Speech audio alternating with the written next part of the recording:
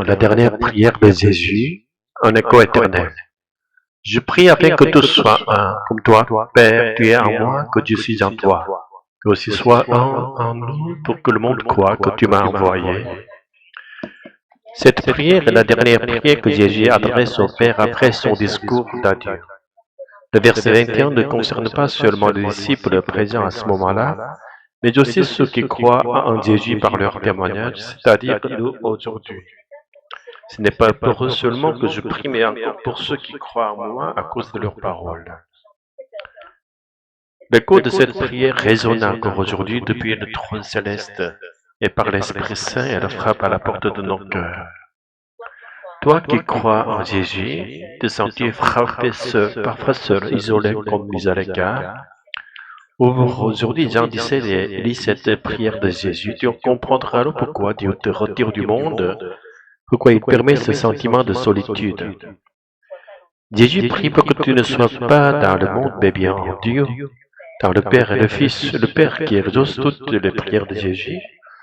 Commence par te séparer du monde pour que tu habites en lui dans la communauté de la Trinité.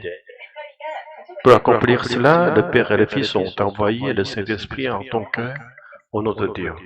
Quand tu marches selon l'Esprit, que tu l'adores et l'aimes comme Dieu, tu deviens un avec la Trinité.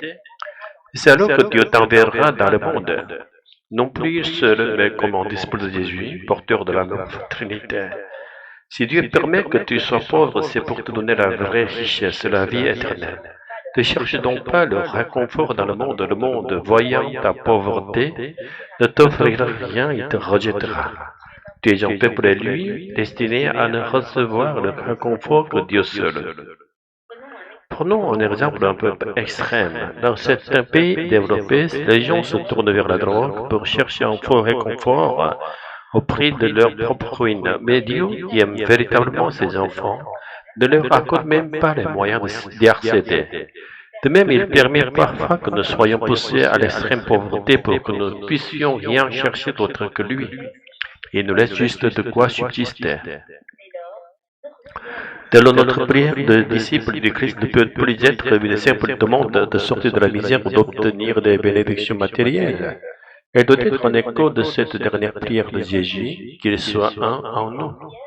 C'est cette prière que Dieu exauce toujours et c'est cette prière qui doit devenir la nôtre.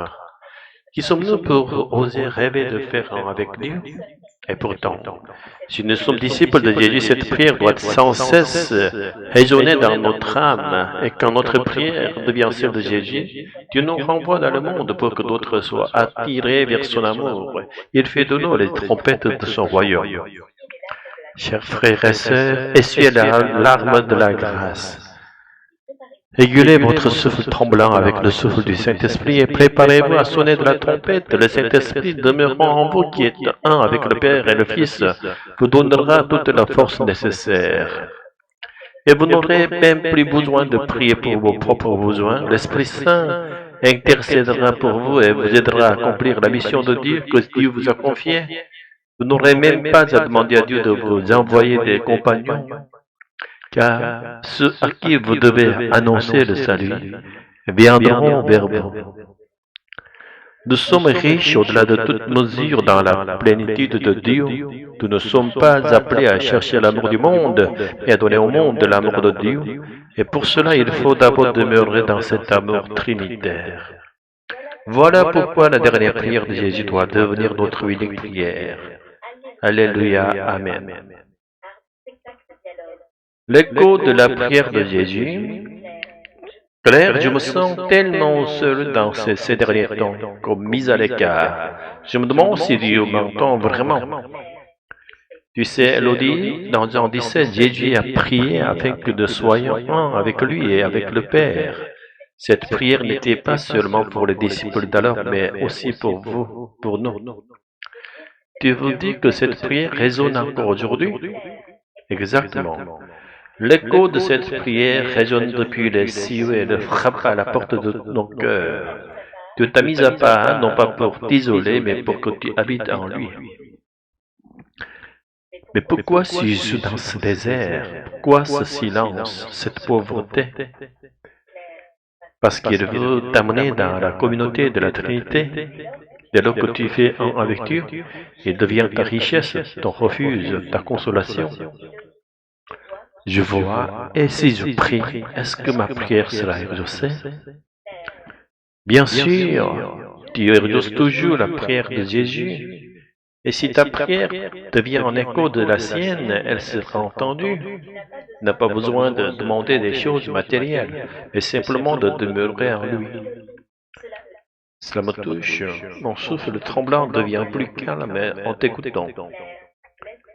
Laisse la plénitude de Dieu remplir ton cœur. N'aie pas peur d'être pauvre seul. En réalité, tu es riche, riche de son amour. Alors, je peux vraiment faire un avec Dieu?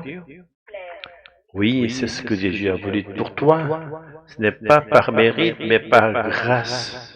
La Trinité t'appelle et le Saint-Esprit te guidera par cette union.